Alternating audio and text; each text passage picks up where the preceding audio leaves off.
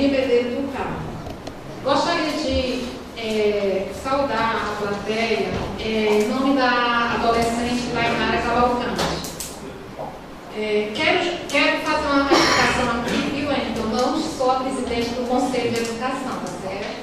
E quero justificar também a ausência da presidente do Conselho, que a senhora Dori Sampaio está doente, não pôde estar aqui hoje. E eu fui escolhida no momento de uma reunião hoje pela manhã, representando o Conselho. É com muita alegria que o Conselho de Educação está neste momento tão importante e contribuindo para a educação do município. Quero informar que o Conselho tem uma resolução de número 08 de 2009 e informo a todos que a mesma irá passar por alterações.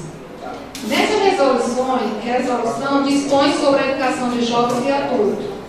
Ela faz parte da natureza e objetivo da educação de jovens e adultos, tanto da matrícula até o currículo, dos cursos da educação de jovens e adultos, das modalidades de ensino, dos exames da educação de jovens e adultos, da aprovação de cursos e renovação e reprovação.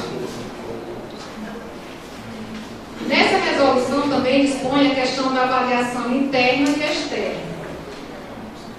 Lembramos que o nosso plano ele está em consonância com o Plano Nacional de Lei de número 13.005 de 2014, nas metas 9 e 10.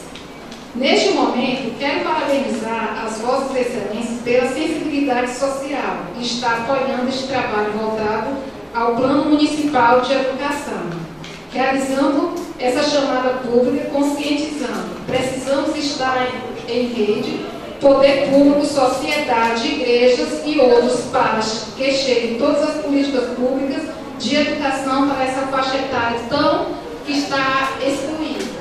E eu gostaria de agradecer essa mensagem do Conselho de Educação.